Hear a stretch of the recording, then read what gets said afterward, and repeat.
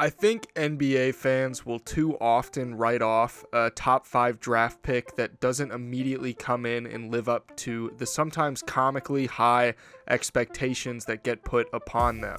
One of the most recent examples of this is with Darius Garland. Darius Garland was selected 5th overall in the 2019 NBA draft by the Cleveland Cavaliers. And the 6'3" point guard was touted for his speed and quickness. Scouts noted his impressive finishing ability and his ability to operate as both a scorer and a distributor. He had a solid career at Vanderbilt in the only 5 games that he played, putting up good scoring numbers on really good efficiency, but the problem was that it was just such a limited sample size that it's tough to buy into any of the play that was seen there. He was drafted into a less than ideal situation at the time in Cleveland, as it was a franchise actively looking for a player that could turn things around for them in a post-LeBron era. And so as a result of all of this, there were some really unrealistic expectations put upon him, and when he didn't live up to those expectations, it resulted in a lot of slander being directed his way, people calling him a bust, people complaining that Cleveland made a giant mistake with the drafting of Garland at number 5. So in this video, I'm going to cover his difficult rookie season all the way up until now, where we're seeing him reach a level of play that he's not attained before, and why I think not only is he a prime candidate for the Most Improved Player award, but also why he's become one of the best playmakers in the entire NBA. We're going to be covering a lot in this video, so be sure to stick around until the end and hit that subscribe button if you enjoy the video. Let's get right into it.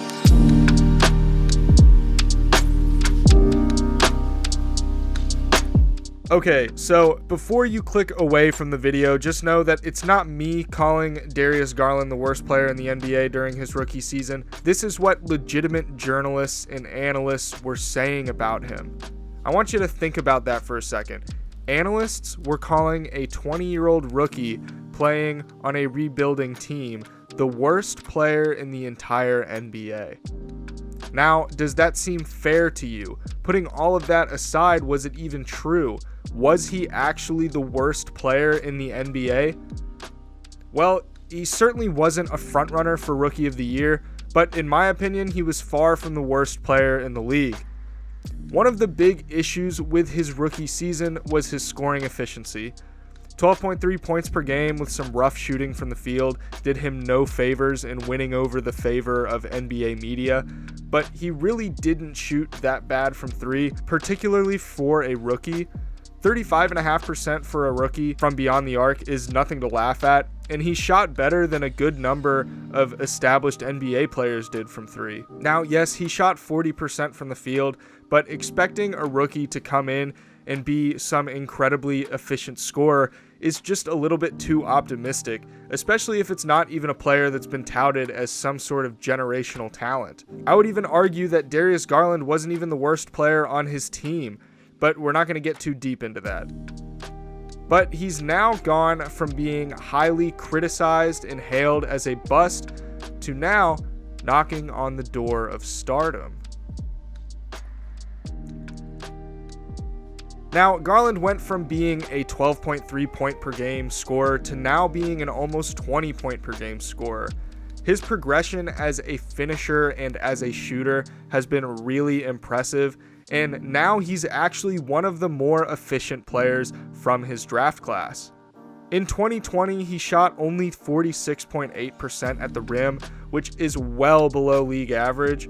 But when you fast forward to this year, he's shooting a really solid 65% at the rim. As a matter of fact, he's shooting well from pretty much all areas of the floor, even being a roughly 53% shooter in the mid-range. He's just really good at getting space to get a shot off, and his pull-up game has come really far from where he was as a rookie. He's a really underrated ball handler in my opinion, primarily because he has just such a tight handle and he can use it to get some space from his defender to get his shot off. One thing I've noticed is how effective he is in isolation. He's not just hitting catch and shoot shots or hitting easy layups off of cuts. He's creating a lot of his looks for himself.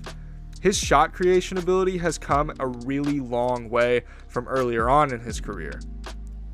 He knows when to pull the shot and when to drive. I think that there are some players that think too much about whether or not to always try and get to the rim for a layup, but he's become confident enough in his shot and he's hitting it at such a reliable rate that he can take pull-up jumpers without overthinking it, which I think is a really underrated trait for a point guard to have. His hezzy game is really nice as well, being able to fake the pickup of his handle and then catching the defense off guard to beat them to the rim while they're trying to stop the shot. Let's look at an example of this. Here we see him bring the ball up the floor. He gets the screen from Mobley to shake his original defender.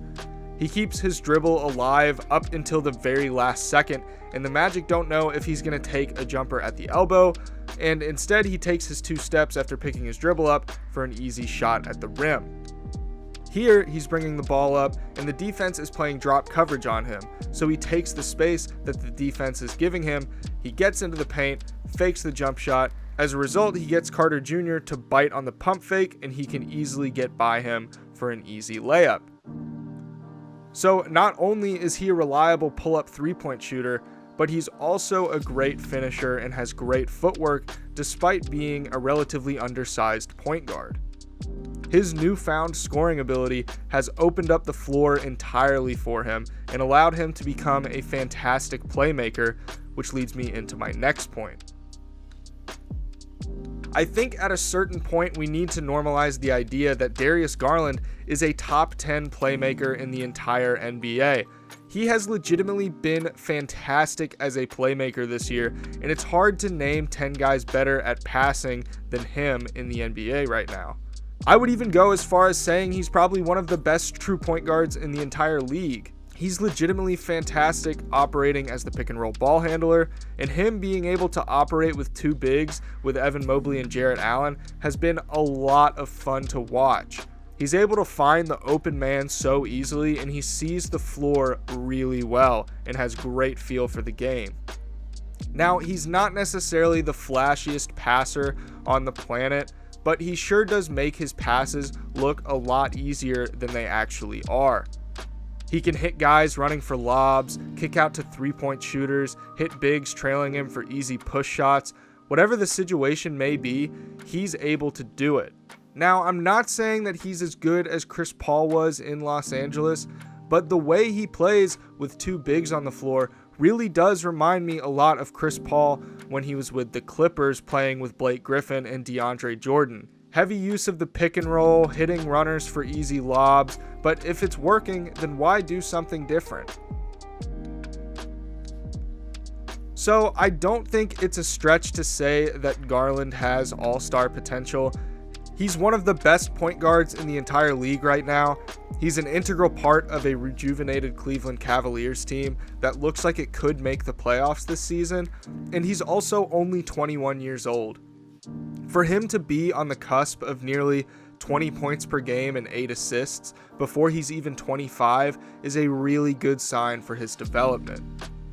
This Cleveland team is looking kind of scary, and a lot of that is thanks to the playmaking and scoring ability that Darius Garland has provided this season. He's the true second option right now, and he's excelling in that role. The 5-man lineup of Darius Garland, Isaac Okoro, Lauri Markkanen, Evan Mobley, and Jarrett Allen has the second highest net rating in the NBA of all 5-man lineups that have played at least 120 minutes so far this year, with a plus 19.3. If Cleveland continues to build on this success and Garland continues to develop at the rate that he is, I fully expect not only for him to be an all-star, but for the Cavs to become potential contenders once again. So what do you think of Darius Garland so far this year? Be sure to let me know in the comments below. By the way, if you're new to the channel, please consider hitting that subscribe button. I'm posting NBA content like this all the time, so if you like this kind of stuff, you're not going to regret subscribing. Be sure to leave a like on this video because that is the best way to help me out with the algorithm and to get this video recommended to more people. Thank you guys so much for watching, and I will see you all in the next one. Thanks.